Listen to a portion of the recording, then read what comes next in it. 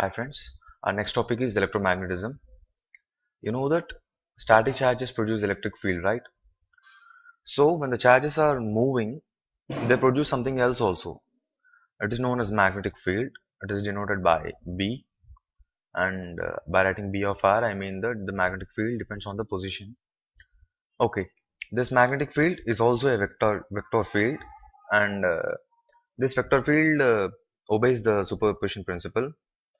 I mean to say that the magnetic field of several sources is the vector addition of magnetic field of each individual source. Okay.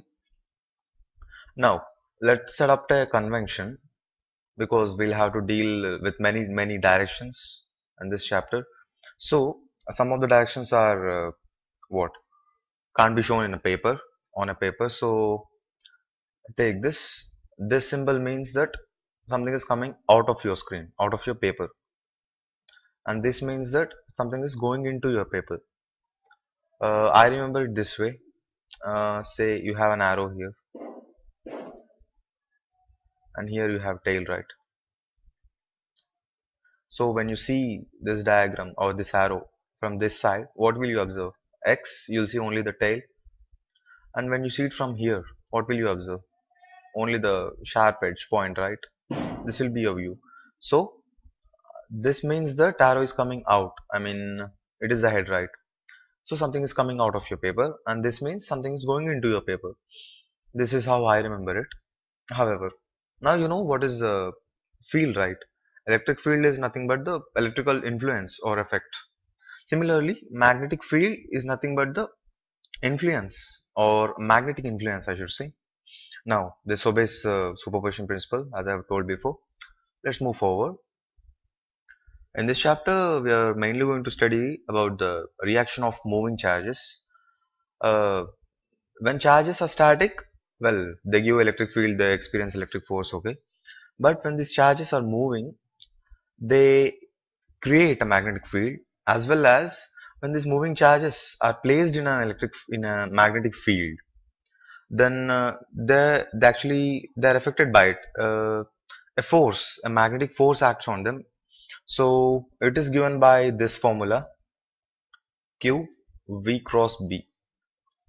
If Q is the charge of the particle and V is moving with velocity V and placed in a magnetic field B, then this will be the magnetic force acting on that charge or particle. Well, this cross, what does it imply? It is the vector product, or more commonly said as cross product. Its direction, because V is a vector and B is a vector, so its direction is given by right hand rule. Uh, Let me explain it to you. If you move your right hand fingers, the curl of your right hand fingers from this vector to this vector, then the direction of your thumb shows the direction of the resultant. That is the right hand rule. Let me give an example. If your charge is moving in this direction, so V is in this direction, and you have a magnetic field in this way. So move your right hand fingers from here to here in this way. So your thumb will point out of the screen, right? So this will be your magnetic force. This will be the direction of your magnetic force. As I said before, this is the symbol or notation for showing something which is coming out of the screen. Hope everything is clear till now. And the sign of the charge also matters here. The force on negative charge is opposite to that on a positive charge. Okay. Now, if the velocity and magnetic field are perpendicular, okay, this will be the case. If there is some other angle, you know how to calculate the vector product. That is magnitude of this thing into sine theta. Okay. Now, what if they are parallel or anti-parallel? If velocity is parallel to magnetic field, then what happens? The angle between these two becomes zero, right? You know that vector product is VB sine theta. This gives the magnitude. Okay. So sine 0 is 0, as well as when they are even anti-parallel. Even then sine 180 becomes 0. So when velocity and magnetic field are parallel or anti-parallel, the magnetic force is going to be 0. Okay, hope everything is clear till now. Now, what if your charge is placed in In a region where there is electric field as well as magnetic field, then what happens? The net force acting on it will be, this is electric field, and this will be magnetic field, right? This gives the electric field Q into E, and QVB is your magnetic force. This is the electric force and magnetic force. So you can write this net force as F electric plus F magnetic. The summation of these two things is known as Lorentz force. Okay, hope everything is clear till now. Okay, now magnetic force can be written as Q times velocity cross B, right? And the direction and cap is given by, okay, we can get it from right hand rule. It is included in this. Okay, now I want to derive the dimension of this B magnetic field. So what I'll write, I know the dimension of force is Newton, and for charge it is Coulomb, and velocity will be meters per second, and here is my B. So the dimension of B will be Newton second by Coulomb meter. This is written as Tesla, TESLA, normally denoted with this capital letter T. Of course, Tesla is a larger unit, so you also have some other units. You have one Gauss, which is also a unit of magnetic field. One Gauss is 10 power minus 4 Tesla. Okay, now you know that Earth is a magnet, so Earth gives a magnetic field. It is everywhere. Of course, it is very small. Its value is 3.6 into 10 power minus 5 Tesla. And let's move forward. This is our next scene. We have a wire here, current carrying conductor. Okay, let the cross sectional area be capital A and let the length of it be L. Now, magnetic force on this, of course, there is a vector field B. Now, it experiences a magnetic force. I want to calculate it. It will be QVB from the above formula. Okay. Now, I have to calculate Q, V, and B. I said that it is a current carrying conductor. So let the current be I. Okay. Now, you know what is N?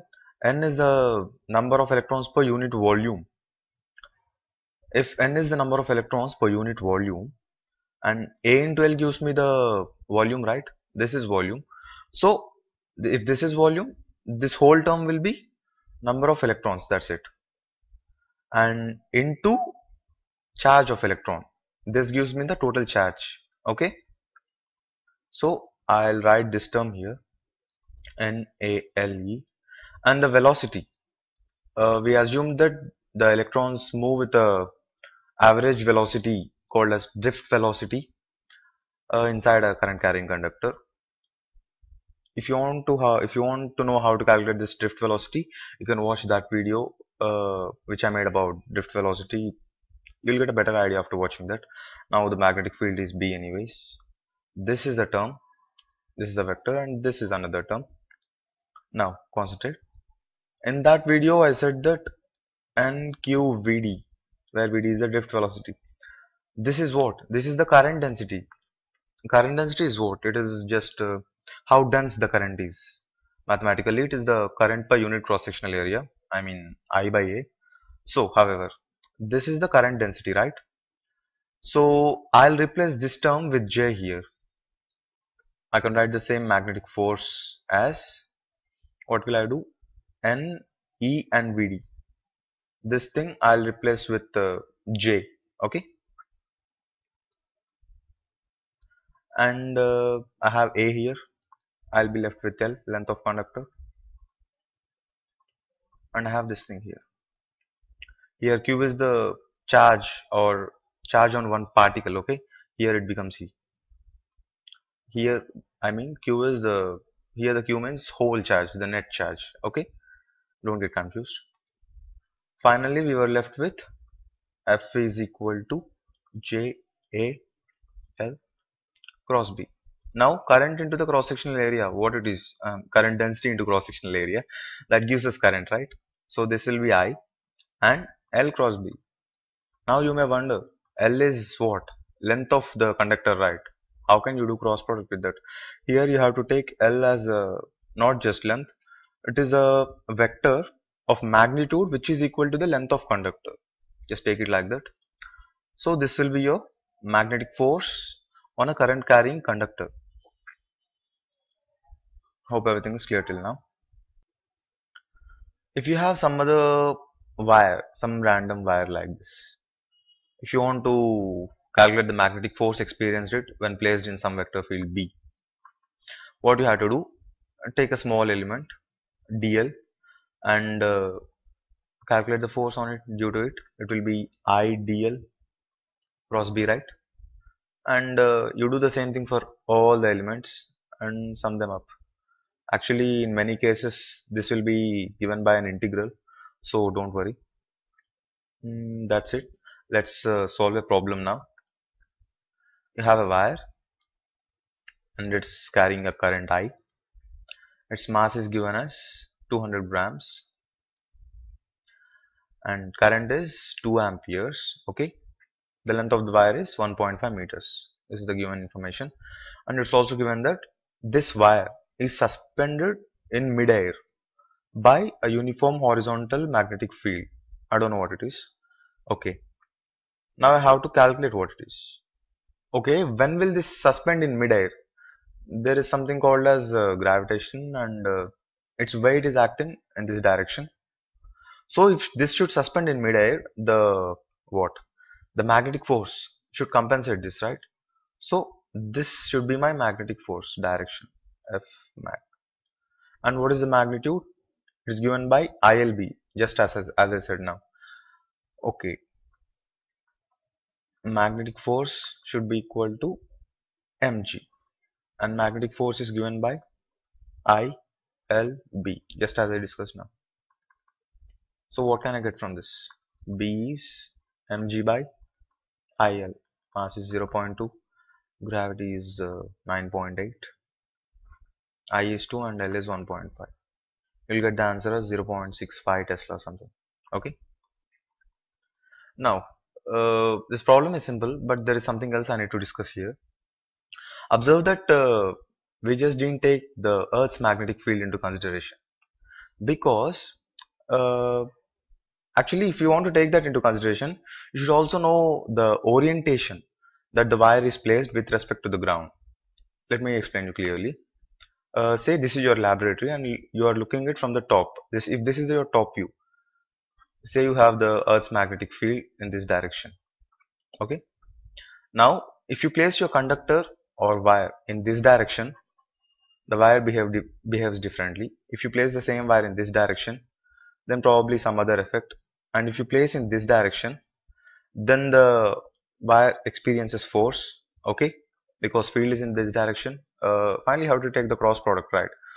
So if your wire is parallel or anti-parallel to the Earth's magnetic field, then you have no effect. So I hope that you understood that the direction of current with respect to this direction of magnetic field matters. Now here I gave you the answer, right? Okay, I didn't explain.